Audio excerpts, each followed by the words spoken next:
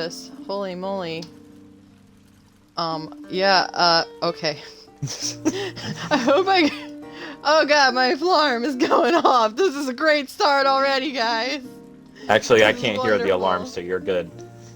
I just turned it off. It just made me have a panic attack. Holy crap. I don't know why. Okay. Oh, you say I'm okay, but I haven't even said hello yet, but I'm live. Deep breaths, man. Deep breaths. You've got this. Okay, I'm sorry. My computer is giving me a little bit of naughtiness. Alright. But, anyways.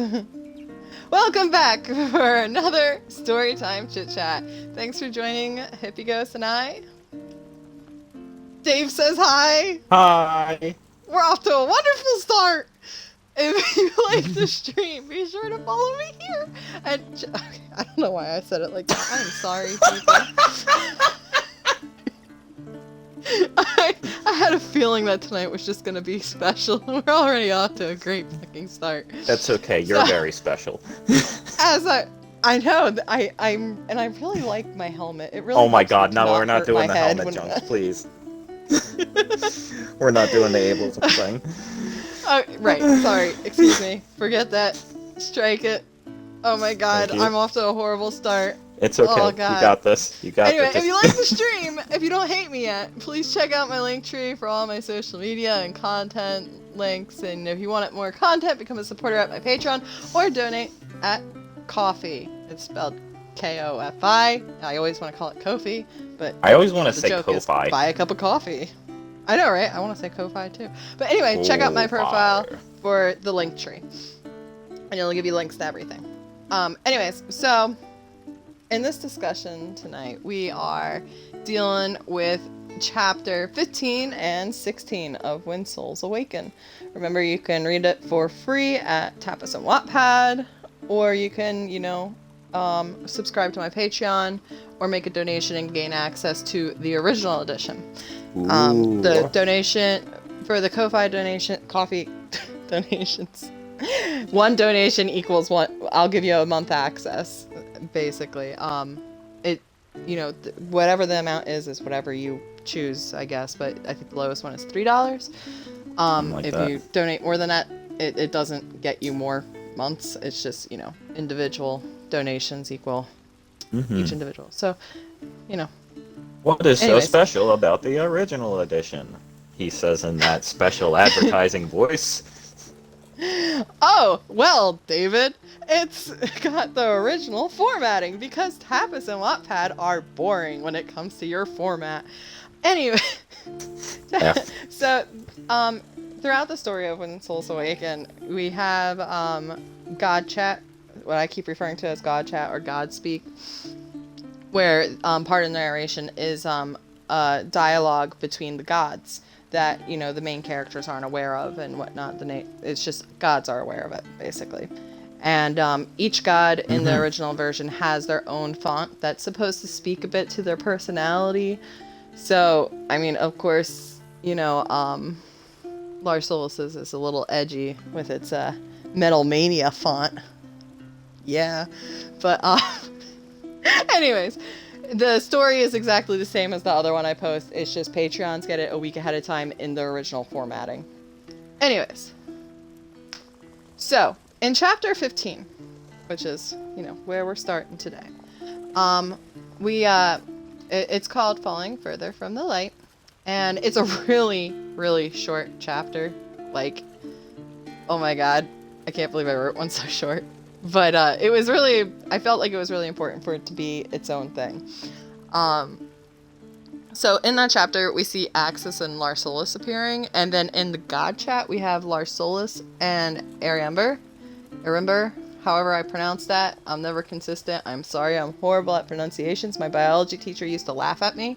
But anyway, so, first off, like I said, extremely short chapter, but important.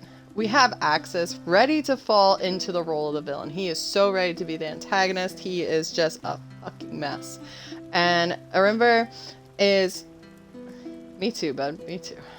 Erimber is preparing people to hunt him down. She's choosing champions to literally go hunt this poor kid. Because fuck Axis, apparently. Because, you know, one god screwing over just wasn't enough. So, what we also have here in this chapter is Larsolus realizing, shit. Sorry, I don't know what I'm doing with my controller.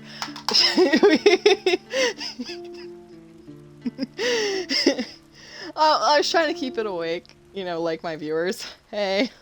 So, we're here to keep you company. So we have Larsolus in this chapter realizing, shit, my favorite toy is about to break and get himself killed.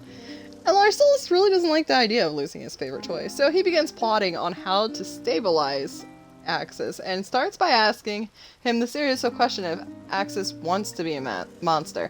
However, the problem with this question, even though it came from the right idea, almost, kind of, sort of, not really, because he should see Axis as a human being, the problem with this is that he asked, do you want to become a monster? And that is becoming such a strong trigger word for Axis. So he gets instantly, you know, pissed off about it. And the only rapport that Larsolus has with Axis at this point is extremely negative. So it's no surprise that Axis just outright attacks him and tells him to fuck off. Right? I mean, if someone came in and fucked up my life like that and then, you know, tried to tell me it was fucked up, I would probably be like, yeah, you're right, and then go cry in a corner. But Axis isn't me, and that's why we have like a whole plot for it instead of just, you know, sad girl goes cry in corner. I mean, Flora does that anyway, but I mean, at least Laura goes and helps her out. I got Dave though. We're fine. We're good. And I got Austin. Thank you guys, and Z, and Kyle, and Lauren, and all my little supporters that I appreciate. Not that you guys could see the heart motion I did with my hand, but it's there for you guys. But, anyway, so after we have Axis telling him to fuck off, all that fun shit, beyond that we have Axis, what? What'd you say? Oh. I am so sorry, guys. I am so not focused today. I have just been like, I don't know where this anxious energy, well, I know where it came from because I have social anxiety and here I am streaming. Right? Well, goodbye, viewers. We're down to 1. Oh, we're back to 2! According to the one thing. Oh, look, we're getting popular again. Watch out. So, now the problem, now I'm going to repeat myself. So beyond, you know, all that bit jazz that we were talking about before I, you know, got really distracted by the way I couldn't understand Dave asked something. Anyway, beyond that we have Axis tells Larsolus that he does not care anymore. But it's important to note that the anger that Axis has behind that I don't care.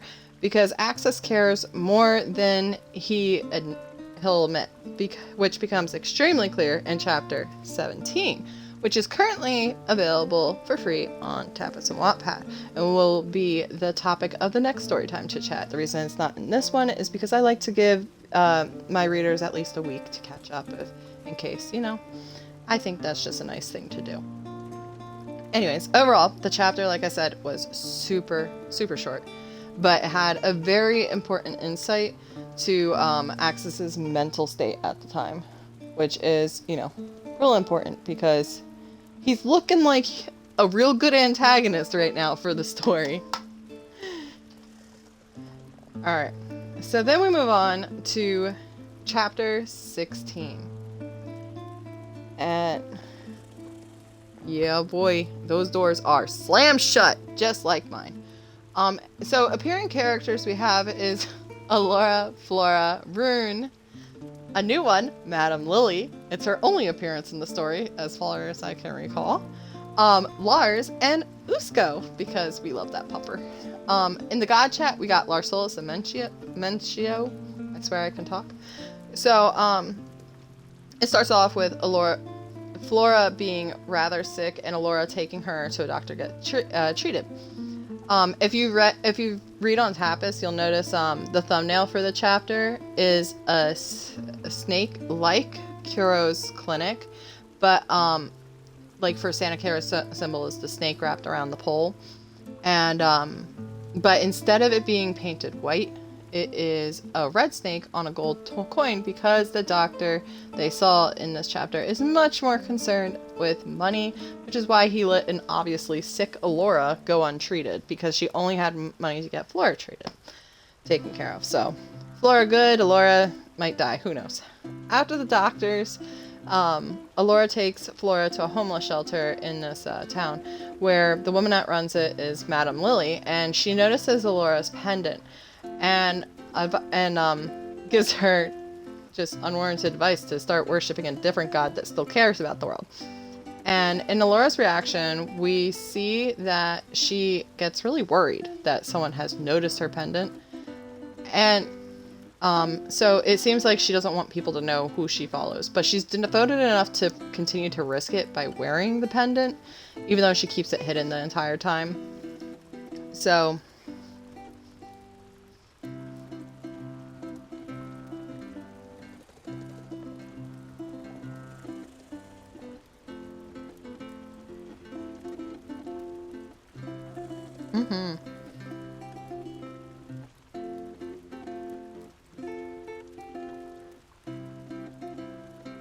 oh my god. But yeah, no, so there's actually a whole reason why she's, worried about people seeing it. And I really can't wait to get to the point where I'm publishing that part of the story where you get to learn her backstory, because, I sense tragedy. So then Larsolus comes to bring some fuckery about, because as we all know, he cannot chill the fuck out. But we also know he is aware of Alora's effect on Axis, and he wants to preserve his phoenix a while longer while he still enjoys toying with his sanity. So, of course, right out the gate, he's insulting Alora, ignores her warning to be quiet, to not wake up Flora and Rune, and then he is surprised when she follows through her threat to stab him, despite him being a god, because she knows full well, because he told her. And he proceeds to then get smacked by a 12-year-old so hard that it makes his cheek throb, and it wakes up the kid in the sloth next to them. So Alora screams, "Pervert!" And Flora panics, because she's like, holy shit, what's happening? She just woke up. She's just, And this is the moment where she discovers this ability, because she ends up panic using it with, Usko's guidance. And it allows her to move herself and others through darkness. It's a great escape, as long as it's dark. She does have to jump from shadow to shadow if it's light and patchy out. And it's aptly named Shadow Slip in chapter 17, which is, currently available, as I mentioned. So after the girls disappeared, Lars instantly hits up Papa Mentio, right? The ancient god of knowledge, who I adore, and who is more done with everyone's shit than Kuro. But Larsolus runs to him for intel on Alora, and Mentio quite bluntly but politely tells him to fuck off by saying, "Do not mistake my participation in the new era as an interest in your antics."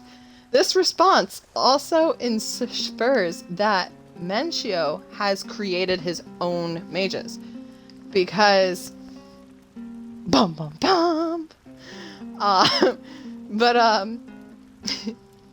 So it's another, chapter full of a bunch of setup stuff, and an important question arises, like, why is Larsolus so stupid?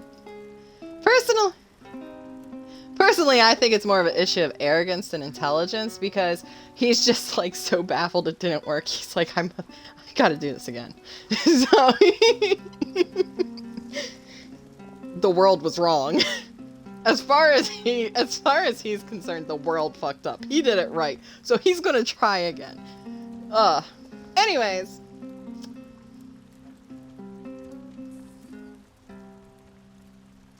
Yeah. So anyways, as I'd mentioned before, support Hopeful Attempt on Patreon or Ko-fi. Patreon for long-term supporting, and Ko-fi for one-time donations, both starting at $3. Patreons will have access to original editions of my work and access to the Discord server throughout their subscription, and one Ko-fi donation will get you 1 month access to the original editions. Questions for Storytime Chit-Chat are selected from the Discord server, and those that don't get selected still get answered in the server for members as long as it doesn't spoil anything too big in the story. Patreons also get a free oracle reading done by my lovely co-host HippieGhost, and be sure to go to my profile and check out our link trees for all of our social media and content links, because he also does some awesome content, which we're going to talk about after our little question time for when Souls Awaken, because with the way that I've started releasing my content, there's going to be less of a chapter wise probably to talk about during this for my story, so it's going to be better and more evenly split between the two of us, which is great, because just the sheer amount of support that Dave has given me through all this is ridiculous, and he really deserves the time. So, on to the questions and answer part for Storytime Chit-Chat. If you have any questions in the audience, feel free to, throw it in the chat. I can't guarantee we'll answer it or that I'll have a, comprehensible answer for you, but, I mean, I'll notice it. I'm not like Senpai. I'll notice you. Thank you, Austin! All the following things, he said.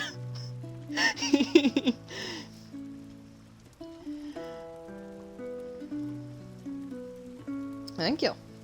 Yeah, bring it.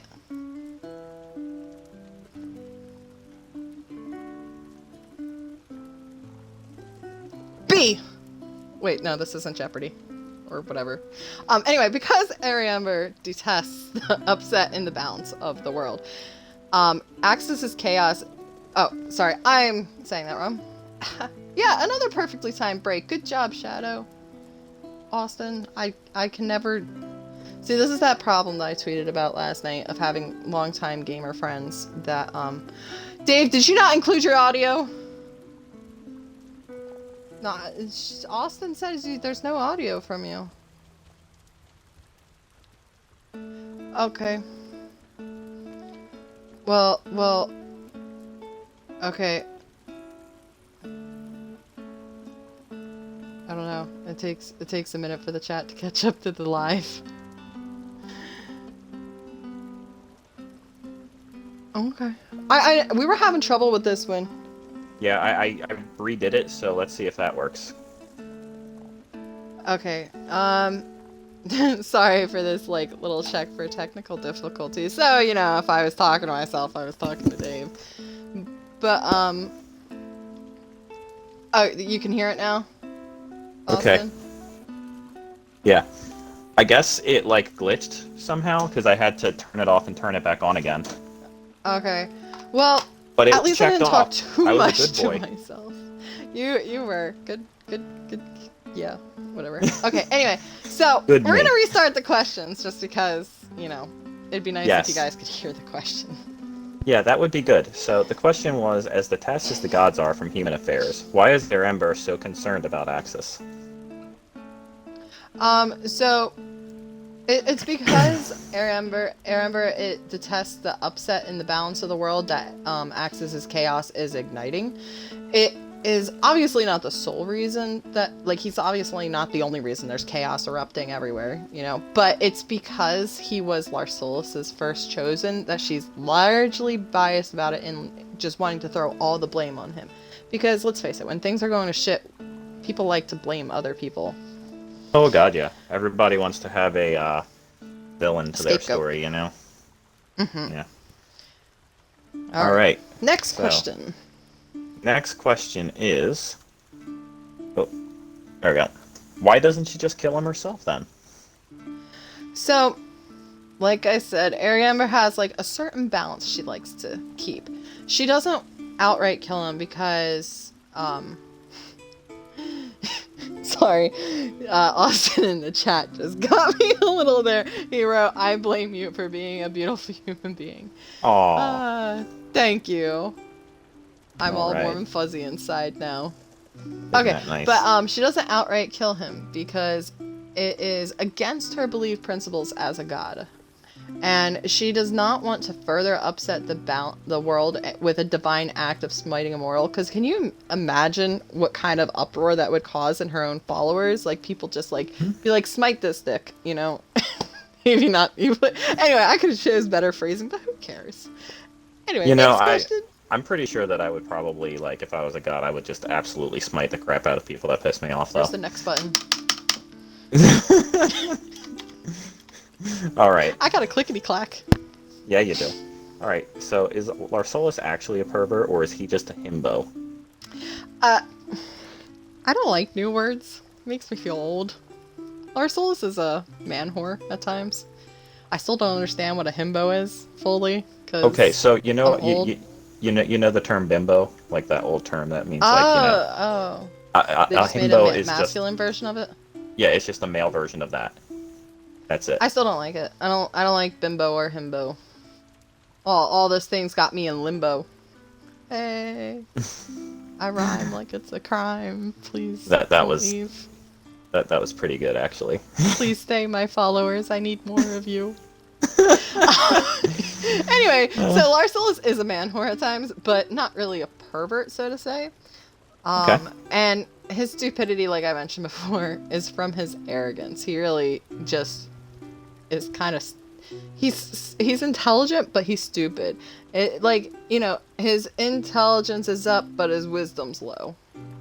Gotcha. Anyway, next All right. question. How does the soup lady feel about the fact that the kid she was watching a bit ago are suddenly gone? Okay, so the soup lady is Madame Lily, and I put that there for you so you would know.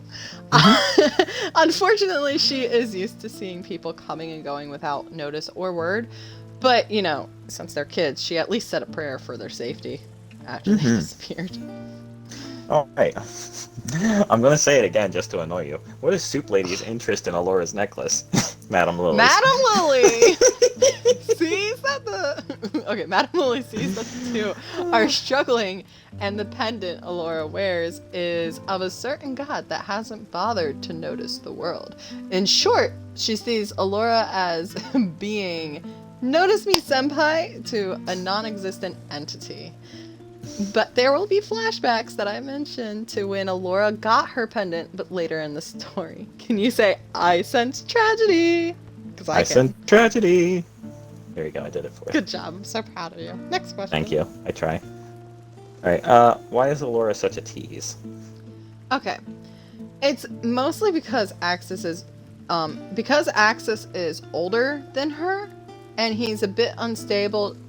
He might be a bit unstable, but she doesn't feel that she really needs to mother him like she does Flora. She feels she can be more of a supportive friend rather than his mother, and it's finally giving her a chance to actually act more like a kid. And an untraumatized Alora would honestly be such a shit and would tease the fuck out of anyone with a nearly suicidal hero complex. I mean, now she's just a mom friend with a suicidal hero complex. I'm really interested in seeing that version of Alora now, honestly. Write a little short of it. I have no idea how to write that. I feel like that could be a fun collab, honestly. Yeah, have someone just adopt her somewhere. But holy shit, she's even untraumatized. Just have her there are some plot things that she will not escape. just have her giving Farron some heart attacks. It's one of my characters. Anyway. I appreciate the X to doubt that Axis is only a little unstable from Austin there. You have enough collabs is also a thing that he says, and I believe that is a lie. Excuse me, Mr. Austin, but you loved the collab that featured Abyss, who is a character from the same world as When Souls Awaken, but she is a modern character. And her story is currently in the works along with 20 others. Yeah. I have a lot of ambition. Many others. Yes. I have no idea. Yeah, sure you don't. Alright. Next question. Okay, next question. Right, why is Flora so mature that... Okay, this was weirdly written. Sorry, I copied it. Okay. I got it. Why is Flora so damn mature? What the hell kind of traffic chick life did she lead before Alora? Yeah, that's a lot better than the words that were on my screen. No, all I did was add what. I forgot to type what. I meant to add it in edit. We follow a guideline, and I'm really contemplating on putting these guidelines up on, my Patreon for my people to see them, so they could. There'd be no point, but yeah. because it's basically word for word what gets said here. Anyways, so okay, so Flora was abandoned by her father, then dropped at at the orphanage by her mother, like as if she never even mattered, then kept as a spare friend. If any of you have been a spare friend, you know how detrimental that is to your mental health. It is such a horrible thing. And she's kept as a spare friend by her first crush. And she is constantly bullied at the orphanage with none of the staff caring when she ran away. Like she left and she waited for a moment to she waited a day or two to see if anyone would bother looking, and no one did. And she is such a sweetheart. It hurts my soul. Oh, well, we just had an issue. Hippie go now. So, give me one moment while I send him an invite back. So, anyone in the chat doing good today? You guys lovely? All of his stuff crashed. So, he will be back with us in a couple minutes, which is good because after I run out of these questions to answer, I will be talking about his stuff. And if he's not here for it, then I'll just have to pretend I'm Dave, and I don't think I'm doing very good at voices. Oh, he's back in the party. But it would be interesting if I did try to do, his voice and pretend that I'm Dave. I'd need a fake beard and mustache. It'd have to be pretty glorious. Hello? He is struggling to connect. There he is. Hello, David. There I go. Hi, yeah, I lost connection there, so sorry about that. Yeah. Welcome back. Can everyone hear David? Please tell me that you can. I know it takes a minute for it to... Yeah. Okay, yes, Austin can hear. We good. We are good. Very good. Alright, Thank so you, what Austin, did I miss? for being wonderful. Oh, you missed me going on about how I was going to pretend that I was you if you weren't back in time for Dave time. I was gonna find a beard to wear and, pretend I was you. And try and do a voice, but I can't do voices.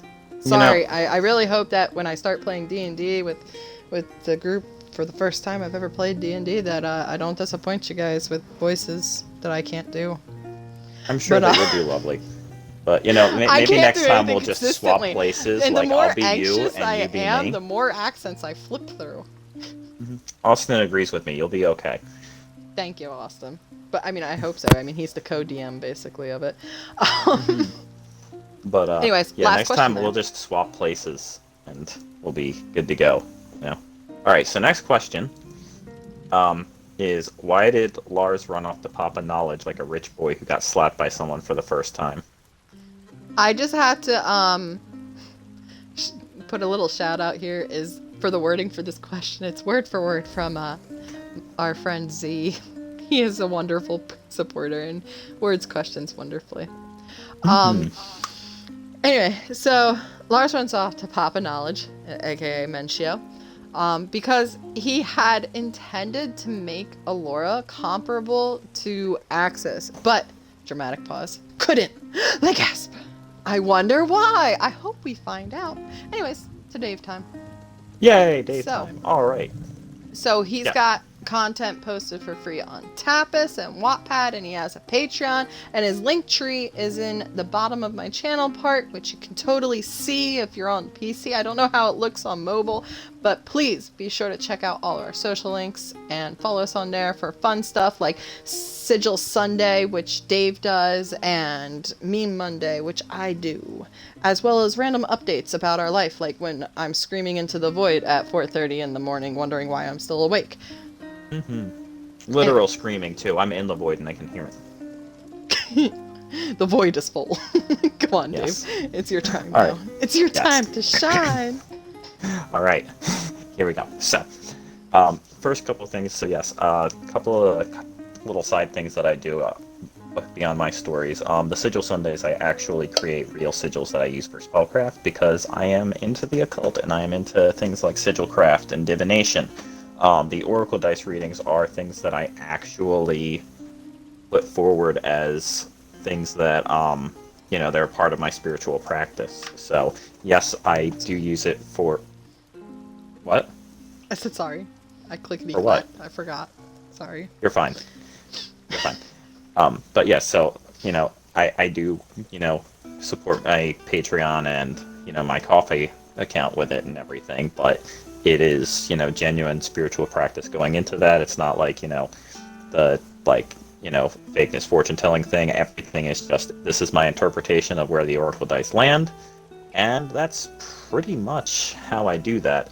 The sigils are ones that every sigil that I've posted so far, except for the ones that are just like the ones for each story, because those ones I make the same way. But every sigil that I've made and posted to my page as this is a Sigil Sunday thing is actually a spell that I have cast. So what I do is I have a script that I made for Afuenian that I write out the phrase or whatever for. I make the sigil from the phrase, and then I charge it, and then I burn it. And that's how you kind of cast it. But yeah, it's actually pretty neat. So, that is nifty. Yeah, it's a nice little way of like kind of mixing in my spirituality and everything with my work. So, speaking of work, our first story is actually about a young brother and sister that are looking for work in the town of Dravensport. How young are they again? At this point, they're probably that, late teens, early 20s. They're young adults. Okay, young adults. I don't know why when Yeah. you said young, I'm like, Flora and Laura are young at the beginning. I'm like, no, not that young. No, this is, the ages where most people in our world would be just starting college or, in college or something like that. They're young, but going into the working world. And they reach the city of Dravensport, which is where they're finding work, but they run into a few problems here and there. The story, while it has plenty of humorous moments, it does touch on a few very important issues that even affect us today. Things like systemic racism, things like sexism, and just the disrespect that people have, and that people get from authority figures, especially. So it's a very deep story. I think that it tackles a few issues, but I try to do it in a respectful way. But throughout the story, Cherry, who is the main character, she's our hot-headed showgress, as we say.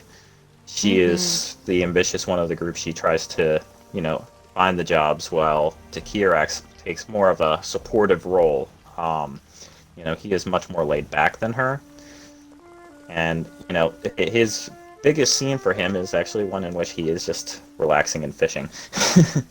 But and the it's two a end wonderful up, scene. It is. The two end up with a lot of trouble with the guards at some point, and things break down into chaos. I don't want to spoil too much for it, though, because I would really love people to check out the story and read through it, because you get to see some really great moments. One of my favorite characters is also introduced. Actually, two of my favorite characters are introduced in that story. One being Captain Arya, who we talked about last week, and the other being one of your favorites, Amanda. Brune. Yep, Brune. The mountain. The mountain. Yes. The mountain. Split them, baby. She really does. You're fine. That was beautiful. So those are but that's their first appearances. And next Secure in it is super clever, like how he handles some things. He's a very smart man, and I want him to step on me softly. Anyways, you were saying about your next one, the shopkeeper? Thank you, Amanda. Austin has to get going. Have a good night, Austin. Enjoy. Good luck with the rest of your shift. That's what I meant. Yeah. All right, so the next one is called The Shopkeeper, and to put it simply, it is about a non-binary store clerk who is trying to navigate the absurdities of retail hell. And boy, it is is so it beautifully hell. done. Thank you.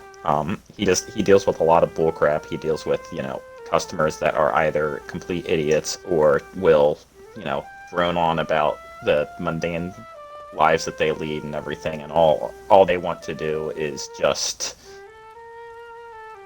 they just want to get through the day. So, there's a lot that they have to deal with in it, especially later on in the story, because one of my other characters makes his first appearance. And Amanda, I will gladly let you be the first to mention him, since he's one of your favorites as well. With Ren? Yep. I love Ren. He's wonderful. Yes. So He's so angry. We get our first glimpse at a character named Ren, who is this dark, broody character. He is real broody. Swordsman. Real broody, yes. And that's an important distinction to make in this world. Yes. Yes. There's brooders, and then there's brooders. And but before we talk about them, I believe that you had some questions you wanted to ask me. Oh, which one were you talking about? The questions bit.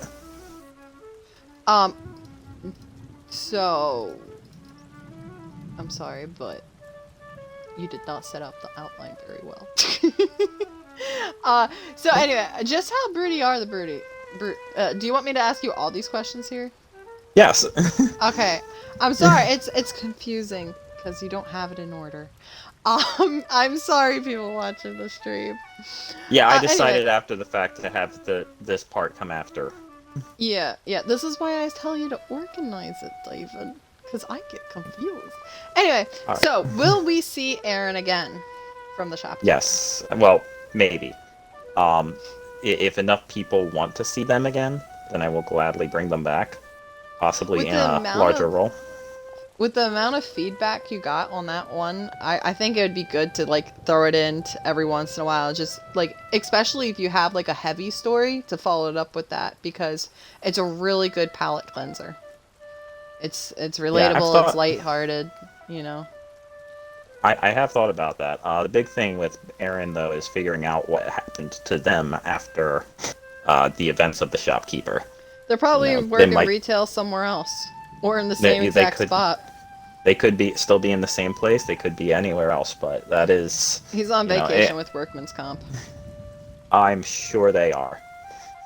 I'm sorry, I keep messing up the pronouns. I get so... It's okay. It takes a little bit of getting used to. I know. It just takes some getting used to, that's all. Alright. I've written 2 different non-binary characters in collabs, and they are some of my favorites. Yeah. Alright, next question. Okay, so how do you come up with your descriptions he looked like sweat? Because they are such treats, and I don't know. They're just, it paints such a vivid picture. I wish I could say it wasn't as vivid as it is, but yeah. Well, that's kind of the whole intent, really. So I really enjoy comparisons in my writings, especially ones that kind of move across the barriers and the lines of subjects and stuff. A lot. If I tell somebody that instead of telling somebody that they look like crap, I'll usually say, "You look like I feel," Yeah. Or I'll use one that man smells like what nails on a chalkboard sounds like. Those are fun ways of putting words into things that aren't really that describable. If I don't really have a way of directly describing something, I will compare it to whatever the closest experience I have is, and that could be anything from sight, sound, touch, whatever.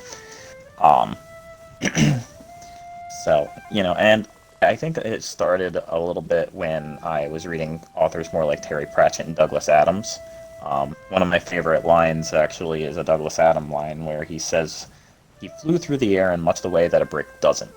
And I partly like the level of humor in that, but I also just really appreciate that as a tool, because you can paint a vivid picture in someone's mind without saying something directly, and it's something that I try to use. One that I have planned to use for one of my upcoming stories is, "He could feel it coming in the air tonight, but it was daytime and there was no Phil Collins." Oh my god. Mm-hmm. That's beautiful. So how well do you think Takir and Cherry will do on the Crimson Tempest. Right. So, since we're kind of going back a little bit, so yeah, jumping back a little bit. So, towards the end, the Cherry and Takir, they do end up finding work, and they find work on a ship called the Crimson Tempest with it's Captain nice they Arya. don't find it on the street. Good for Cherry. But hey, sex workers, no shame. It should be legal so they can get protection. You are correct. Yes. Sorry. Thank you, Ben.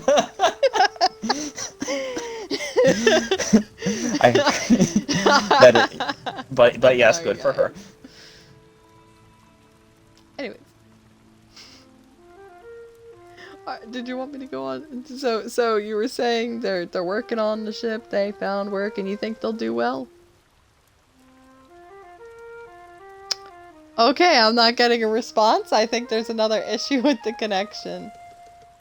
Or with his mic. So, I mean... Hello. There you are! I was about to start pretending I was you. I was getting nervous. Sorry, my microphone decided that it was being a butt, so we're good now. So, yeah. Actually it was less my microphone and more my controller, so... But we're good now. So, yes, to kind of bring things up. So, between Cherry's thirst for success and Shakir's laid-back nature, along with the laid-back nature of the crew, I would say that they're probably going to have a pretty decent life. That being said, we will be checking in on them again pretty soon. I do have intentions on revisiting the Crimson Tempest before we move on to my main story, or probably just a little bit after. But there are definitely plans in place because the Crimson Tempest is a very important part of anything. Oh, the moons are gone. Sorry, that was really random. Huh? I said the moons were gone because it's becoming daytime in the game. Oh, We're gonna switch to the loot. Because the loot is on fire. I'm sorry. Yeah. So to just kind of segue into this next question, one of the things that Cherry and Takir do encounter, they don't really encounter it directly, but it's something that we see a lot in taverns. Amanda knows them very well. So in every tavern in Athing, you can find a group of people all huddled around in a corner together. There usually starts with just one, but more join them, and it's a play on the trope of the grisly protagonist that's kind of this dark, mysterious, brooding character, but he's usually sitting in the corner of the tavern looking very threatening. Well, Athing has people like that, but they're all trying to do it at once, so they kind of huddle together, and they all are trying to, sneak into the same corner. It's ridiculous. And it just doesn't... It's very ridiculous. It doesn't work out. It's not very threatening at all, but they're trying. Okay, so then just how broody are the brooders then? Like, are they actually brooding, or are they faking it because they think it looks cool? Oh, they're definitely faking it. Most of them are just going for the aesthetic and hoping that threatening vibe will earn them some respect. It won't, but we'll see them very soon. And the reason I say that is because I've actually taken one of those brooders and I am writing a story about him. And let me tell you, I've gotten a preview to help edit and stuff, and holy shit, it is just hilarious. I love it so much. And they've gotten some really good feedback on Tapas from people on there reading his story. Like, they've already commented that they love him and stuff like that. So I'm sure it will be well received because it's hilarious. Thank you. Yeah, the Brooders is one of my favorite jokes, honestly, and the fact that I get to make a story just surrounding them is going to be so great. I'm really excited for this one. But before I can finish that one, there is one other story that really requires my attention that I want to make sure I do justice, and that is the incredible documentaries of Lady Farista, parts 1 and 2. These stories are about a young lady from the city of Stockholm, which is actually a very important city later on, but she wants to become a researcher. Hello? Your mic cut out. Very excited and oh, okay. Can you hear me now? Yeah, I can hear you now. So you were saying she's from Stockholm, which is going to become a very important place later on, and that she is very excited to go traveling? Yes, she's excited to go traveling, but her parents don't want to let her travel alone. Um, so her mom has a plot. She wants to get her a mercenary to travel with her, and she tries to find the most, strong-willed, most well-reputable mercenary she can find, and she finds this person that's named the Scarlet Blade, but she finds out upon arrival that the Scarlet Blade is not what she was expecting. She was expecting, this big, gruff man that, manly man type of thing, and instead she finds this lady that is, well, she's still pretty gruff. She's got a lot of She's going to dominance. tread on people. But, she wasn't what they were expecting, and her parents are unfortunately fairly old-fashioned. So at first they try to, convince Scarlet that, maybe this wasn't a mistake. But Farista kind of wants her to tread on her, so she's like, no, it's fine, I will definitely take it. I will go with this mercenary, yes. This one specifically. Yeah. So, and this is kind of like a point where I get to talk about how my characters like to write themselves. Originally, I had intended for it to be a possible, minor crush that was going to happen later on in the series, and instead, Farista ended up being thirsty for her right out the gate. So, it's, but that sometimes my characters just do that to me. Another situation is that right now I have one character that is supposed to be the subject of unrequited love for another character, but instead she is teasing the crap out of him in all of our collabs, so that's also happening. But anyway, so the Incredible Event Documentaries of Lady Farista is going to cover the two of them on their adventures. The first two parts are basically kind of just getting started, Farista learning the ropes, and the two of them getting to know each other a bit while they're doing their first adventure. So I'm really excited about that. All right. So, that's all the content we had planned to talk about, but we're going to stream for at least 13 more minutes because we like to make sure it's an hour long. So I'm just going to talk a little bit about February. So I'm probably going to I'm going to definitely keep the same schedule of posting every Friday because I really enjoy that, and it's nice. If I had more time, I'd be posting more often, if more time and brain power, But anyway, so we're going to keep with the schedule of When Souls Awaken being updated every Friday. Storytime Chit-Chat will still be every other Tuesday, but the new thing that I'm adding is going to be Promo Fridays.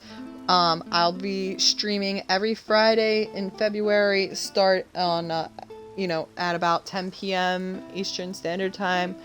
And I haven't decided yet on the games that will be streamed during that, but it's really just going to be a bullshit stream where, you can come and interact and just, try and build up that community for people that are watching and possibly, eventually become a Twitch affiliate and whatnot. So that way I can earn some more money because I need it to continue doing this stuff.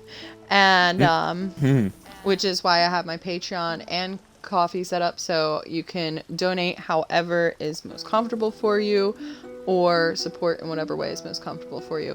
If you don't want to invest money directly like that, the best thing you can do is subscribe and read on Patreon instead, because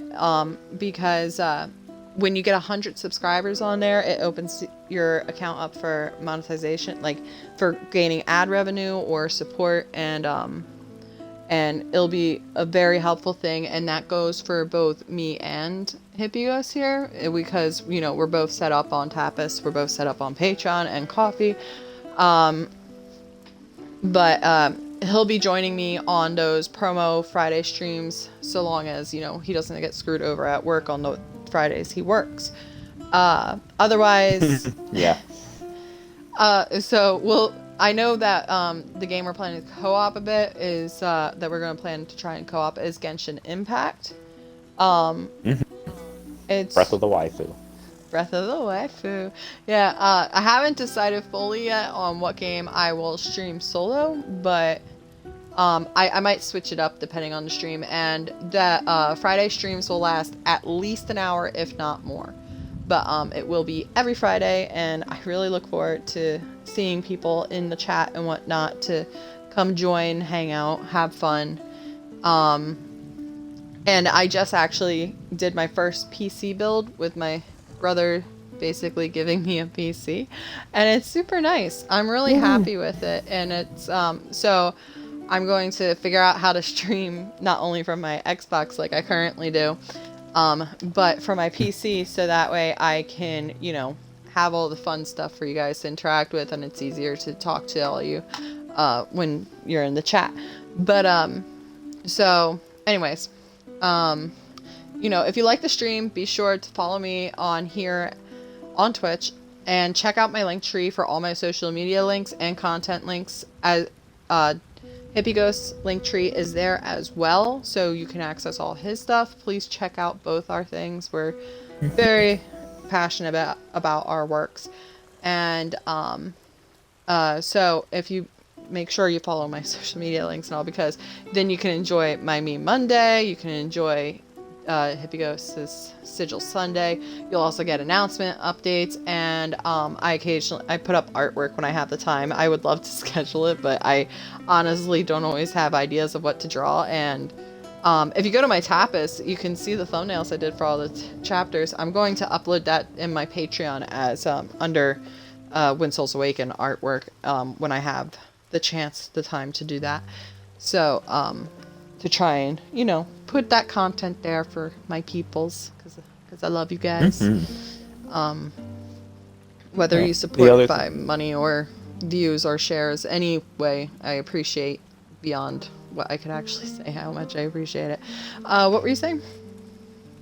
I was just going to say, and, you know, just as a reminder, anybody that is interested in, or anyone that subscribes to your Patreon or mine, or donates to my Ko-Fi, will get a Oracle dice reading.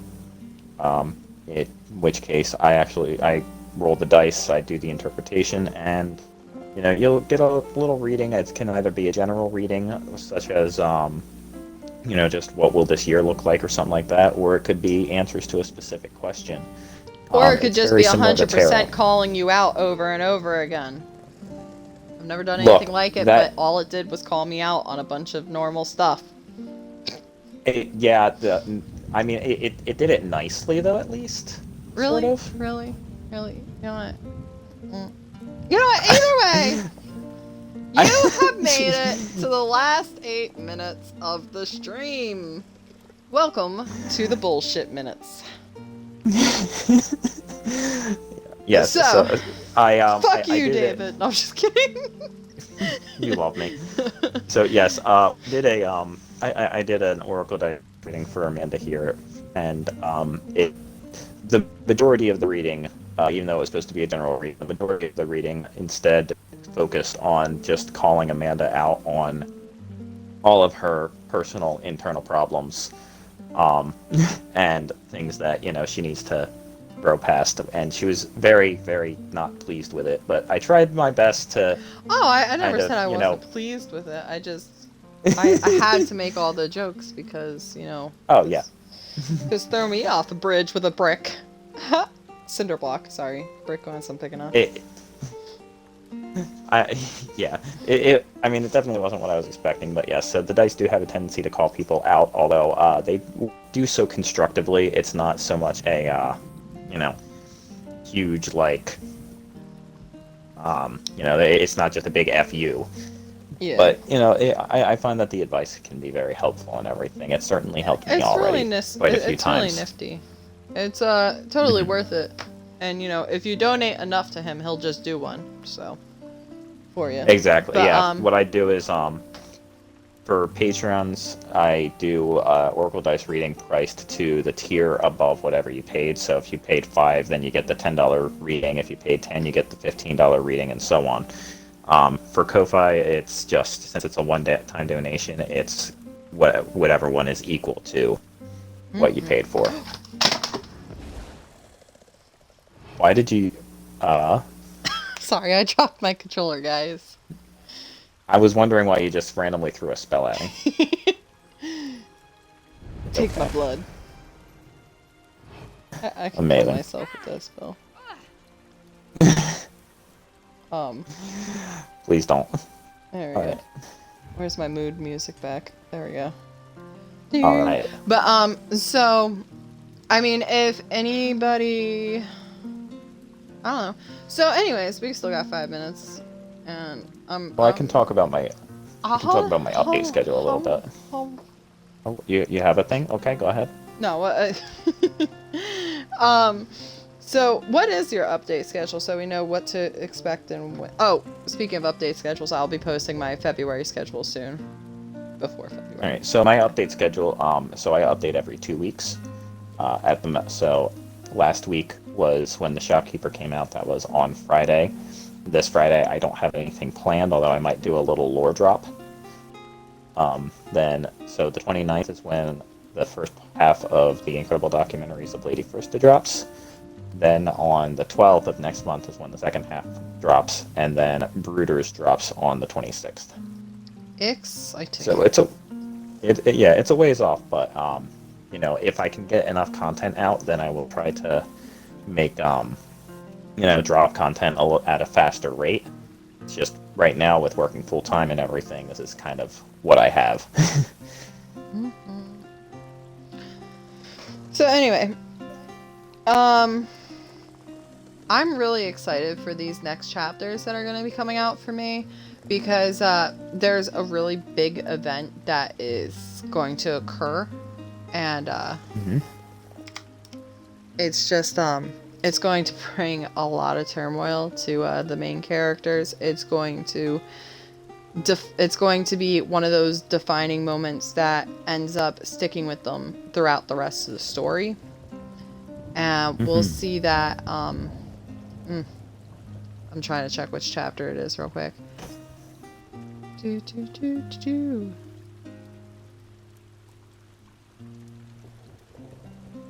That'll be coming up in chapters 21 through 23. Oh, you guys, I'm so sorry. So end of February. I'm so sorry that those 3 chapters are like like a week apart each because they're so intense, and the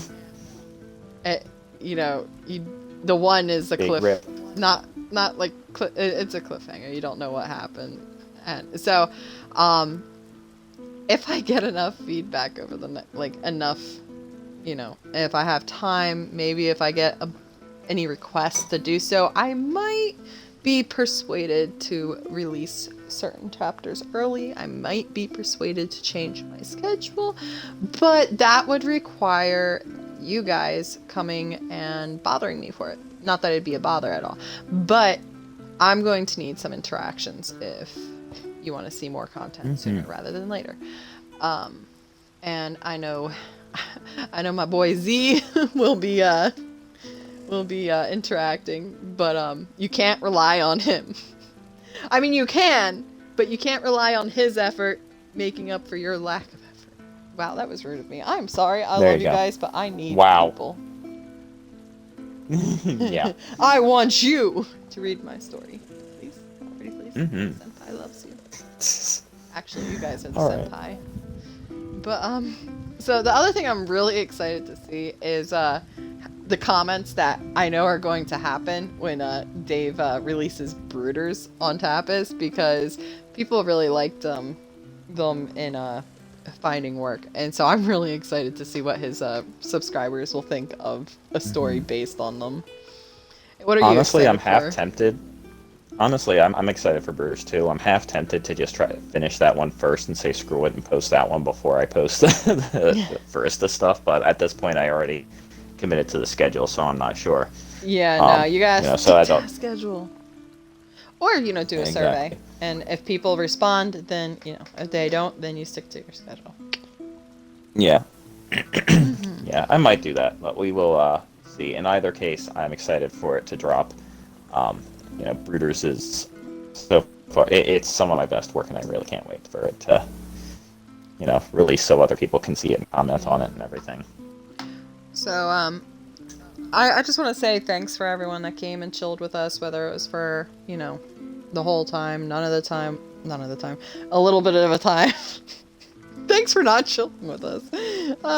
I'm sorry, guys. But no, thanks for chilling with us. It's been a fun stream, even though, there's mess ups and stuff, but it's getting to be fun when we make mistakes, I feel sometimes. Anyways, Oh, God, yeah. I hope you like my anxious energy. But yeah, be sure to go to our link trees on my channel here and check out the stuff and follow, like, subscribe, vote, whatever you enjoy. Yeah, so really hope that I see more chat engagement in the future, because I would love to talk to you guys. I would love to have you guys. So, anyways. Anything you want to add? No, I think that's it. I think we're pretty much good. Just, please check out our work and let us know if you enjoy it. Once again, thanks for chilling with us, but it's time to hang up now. Much love to all of you. Good night, everybody.